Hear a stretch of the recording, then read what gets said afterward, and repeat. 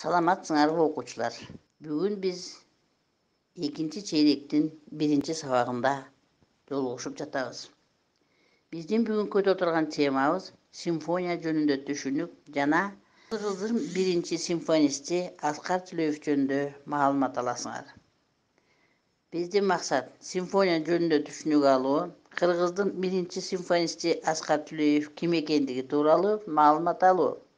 Музыкалык терминдерди билүү менен маданият түшүнүгүн өркүндөтүү. Симфония.